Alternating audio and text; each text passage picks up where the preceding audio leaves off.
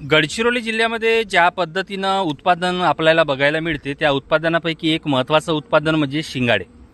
गडचिरोली जिल्ह्यामध्ये बघितलं तर उत्पादनासाठी फार असं आधुनिक आपल्याकडे शेती म्हणा, फळाची बागा म्हणा, ते आपल्याला बघायला मिळत नाही.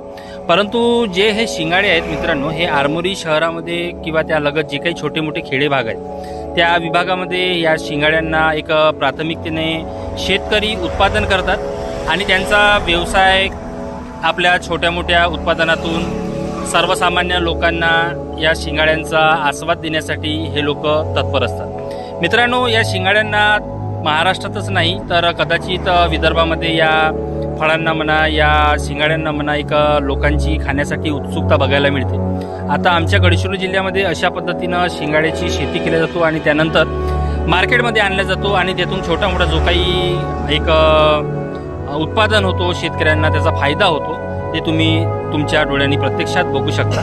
आणि खूप खूप धन्यवाद. तुमची प्रतिक्रिया काय? तुमच्याकडे या सगळ्या फळांना म्हणा, आमच्याकडे ज्या पद्धतीनं शिंगाडे म्हणतात त्या पद्धतीने तुमच्याकडे काय म्हणतात, तुमची प्रतिक्रिया आम्हाला नक्कीच कमेंट बॉक्समध्ये कळवा. खूप खूप धन्यवाद.